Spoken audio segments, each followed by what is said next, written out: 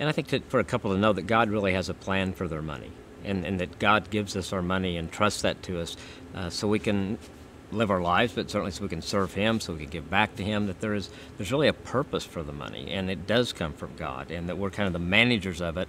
God's the owner, and He kind of gives it to us. And I think sometimes getting that concept can really help us.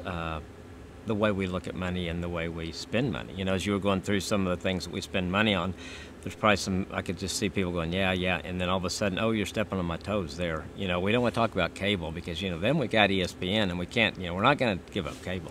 So we all have our little areas that we kind of protect.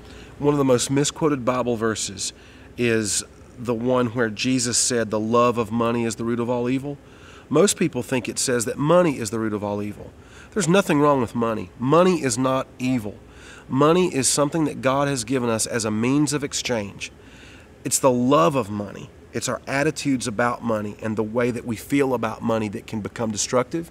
God wants us to be generous and willing to share, but you can't be generous and willing to share if you don't have any financial margin.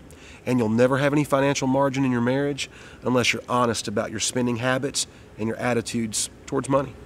Yeah, I think a lot of us, when we look at trying to be a good Christian, and the scriptures that talk about don't put idols in your life, and so we have all these images, well, I don't worship Baal or some of these things. But I think in our culture, the thing that we worship, the thing we put above God so often is money. It is, yeah. And it can crater a marriage.